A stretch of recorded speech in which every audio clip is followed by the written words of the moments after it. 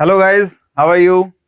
So today we are going to start our new chapter. This is modern physics. अभी जो modern physics part है ना, ये बहुत ही बेसिक आपके कोर्स के लिए दिया गया है एंड बहुत ही इंटरेस्टिंग भी है बिकॉज इससे पहले हम जितनी भी तरह की चीजें देखते हैं वो मोस्टली या तो हमने ऑब्जर्व करी होती हैं या तो they are very large bodies जो हम डायरेक्टली देख सकते हैं या फिर ऐसी बॉडीज हैं जो इन जनरल हम डे टू डे लाइफ में ऑब्जर्व करते हैं। तो जैसे आपने पहले भी पढ़ा होगा, केमिस्ट्री में आपने पढ़ा होगा कि काफी सारे साइंटिस्ट लोगों ने एक्सप्लेन करने की ट्राई की थी कि how does an atom look like.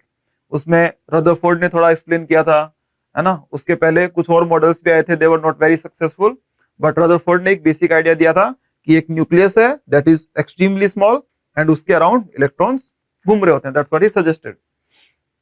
उसमें कुछ कमियां भी थी, उन कमियों को दूर करने के लिए बोर ने एक मॉडल दिया था। Now let's see what that model is. ठीक है, तो we are going to discuss now Bohr's model of hydrogen like atoms. Now when I say hydrogen like atoms, what do I mean? सबसे पहले तो let's focus on what is hydrogen atom. ये एक hydrogen atom है, इसके पास क्या होता है? अगर मैं एक हाइड्रोजन एटम की बात करूं, then what do I have in hydrogen atom? Hydrogen atom में मेरे पास एक प्रोटॉन होता है, न्यूट्रॉन नहीं होते हैं एंड इलेक्ट्रॉन्स बस बाहर घूम रहे होते हैं। यही होता है ना 1h1। तो इसमें बेसिकली एक प्रोटॉन है एंड इलेक्ट्रॉन्स उसके अराउंड घूम रहे हैं।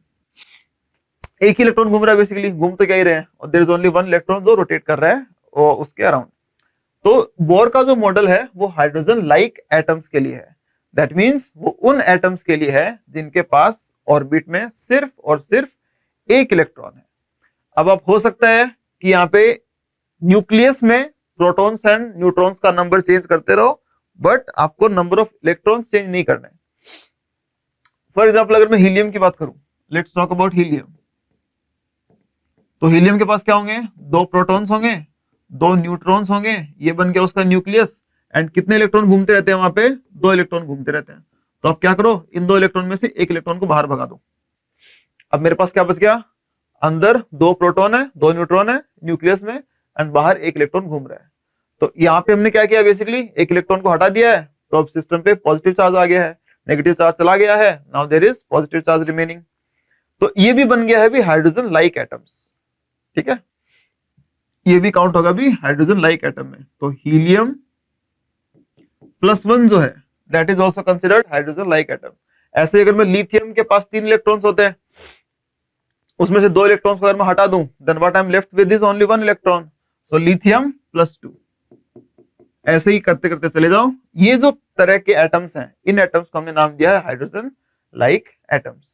Now what did bore suggested? देखो कौन से पॉइंट्स बोर ने सजेस्ट किए थे, उन पे फोकस करते हैं। First thing he suggested was electron move in circular orbits around the nucleus. तो जो भी हमारा न्यूक्लियस है उसके अराउंड इलेक्ट्रॉन सर्कल में घूमेंगे। ठीक है, हो सकता है कभी ऐसे सर्कल में घूम रहे हो, कभी ऐसे सर्कल में घूम रहे हो, बट सर्कल में घूमेंगे। तो फर्स्ट पॉइंट ये है, electrons move in a circular orbit. Circle में ऐसे घूम रहे हैं, ठीक है, सर्कल में इस तरह से घूम रहे हैं, सर्कल में इस तरह से घूम रहे हैं। सेकंड पॉइंट ये सजेस्टेड इज, अगर कोई पार्टिकल सर्कल में घूम रहा है तो ऑब्वियस सी बात है सेंटर की तरफ कोई ना कोई फोर्स होना चाहिए, तभी तो घूम पाएगा वो, वरना कैसे मिलेगा, वरना कैसे घूम पाएगा? तो ये फोर्स कहां से मिलता है उसको? ये पॉजिटिव चार्ज है, ये नेगेटिव चार्ज है, उनके बीच में अट्रैक्शन है ना, इलेक्ट्रिक अट्रैक्शन है, इलेक्ट्रोस्टैटिक अट्रैक्शन है, उसी की वजह से मिलता है। ठीक है, ये सजेस्टेड की because there are two charges, opposite nature के चार्जेस हैं, इसलिए उनपे एक दूसरे की तरफ अट्रैक्शन है। Now nucleus is very heavy, तो वो तो अपनी जगह छोड़ के नहीं जाएगा, तो इलेक्ट्रॉन ही सर्कल में उसके अराउंड घूमता रहेगा। न्यूक्लियस वहीं रह जाएगा, इलेक्ट्रॉन सर्कल में घूमता रहेगा। तो कौन सा फोर्स है? इलेक्ट्रिक फोर्स है between electron and the nucleus, उसी की वजह से वो सर्कल में घूम पा रहे हैं। Next point that the bore suggested is, अभी जो इलेक्ट्रॉन घूम रहा है ना, ये रैंडम किसी जगह पे नहीं घूम रहा होता है। ऐसा नहीं है कि वो यहाँ पे घूम रहा है, आप थोड़ी देर बाद देख रहे हो तो यहाँ भी घूम रहा है, फिर थोड़ी देर बाद देखा कि वो यहाँ पे घूम रहा है या फिर यहाँ पे घूम रहा है, ऐसा नहीं होता। इलेक्ट्रॉन की एक फिक्स्ड ऑर्बिट है, उसी फिक्स्ड ऑर्बिट में वो घूमता है। इट इज पॉसिबल कि let's say, for example let's say यहाँ से वो 1 मिलीमीटर की डिस्टेंस पे घूम रहा है। वैसे डिस्टेंस बहुत कम होती है, बस एग्जांपल बता रहा हूँ। लेट्स से ये 1 मिलीमीटर है, तो ऐसा नहीं कि 1.1 मिलीमीटर पे भी इलेक्ट्रॉन घूम रहा है। ऐसा ऑब्जर्व किया गया एंड बोर ने कैलकुलेट भी किया कि अगर 1 मिलीमीटर पे इलेक्ट्रॉन घूम रहा है सबसे पहले, तो नेक्स्ट पॉसिबिलिटी आपको मिलेगी 4 पे, नेक्स्ट पॉसिबिलिटी मिलेगी 9 पे। इस तरह से। तो रैंडम ऑर्बिट्स नहीं होते हैं, ये जो ऑर्बिट्स होते हैं डिफाइंड ऑर्बिट्स होते हैं जहां पे इलेक्ट्रॉन की पॉसिबिलिटी है। इफ इलेक्ट्रॉन इज मूविंग तो ये जो रेडियस मिलती है मुझे, ये रेडियस हो सकता है कि इलेक्ट्रॉन यहाँ पे घूम रहा हो सकता है इलेक्ट्रॉन यहाँ पे घूम रहा हो सकता है इलेक्ट्रॉन यहाँ पे घूम रहा हो सकता है इलेक्ट्रॉन यहाँ पे घूम रहा हो, इस तरह की पॉसिबिलिटीज वहां पे बनती हैं। ठीक है, तो ये आपको चीज ध्यान रखनी है। ओके, इलेक्ट्रॉन जब घूम रहे होते हैं तो वो रैंडम नहीं घूमते, उनके ऑर्बिट्स फिक्स्ड है। और वो ऑर्बिट कौन से हैं? The angular momentum of these electrons in an orbit is quantized such that angular momentum should be nh by 2 pi। ये होता है ना एंगुलर मोमेंटम। क्या होता है एंगुलर मोमेंटम? कितना होता है? mvr फॉर अ पार्टिकल, जिसमें अगर कोई सर्कल में घूम रहा है तो एंगल तो हमेशा 90 है, रेडियस का हमेशा 90 डिग्री पे है, तो मैग्नीट्यूड कैलकुलेट करोगे तो एंगुलर मोमेंटम आ जाएगा mvr। So that's what is suggested, angular momentum should be h by 2 pi का कांस्टेंट एक इंटीजर मल्टीपल एक होना चाहिए। That's what is suggested. ठीक है, n का वैल्यू 1 हो जाएगा, 2 हो जाएगा, 3 हो सकता है, 4 हो सकता है। तो ये एक फिक्स्ड ऑर्बिट्स बनते हैं, यहीं पे इलेक्ट्रॉन घूमेगा, बाकी हर जगह रैंडमली नहीं घूमेगा। तो ठीक है, कंडीशन क्या आएगी? Bohr's quantization rule is the angular momentum of the electron in orbit is quantized such that mvr की वैल्यू कितनी होनी चाहिए?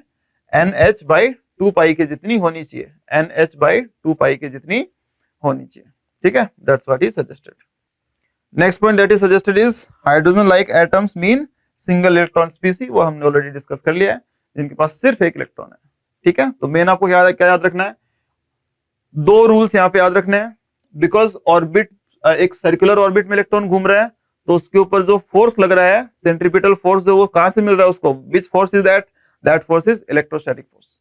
There is a force between a positive charge and a negative charge. Obviously, electron is negatively charged and your nucleus is positively charged, so there is attraction, force of attraction.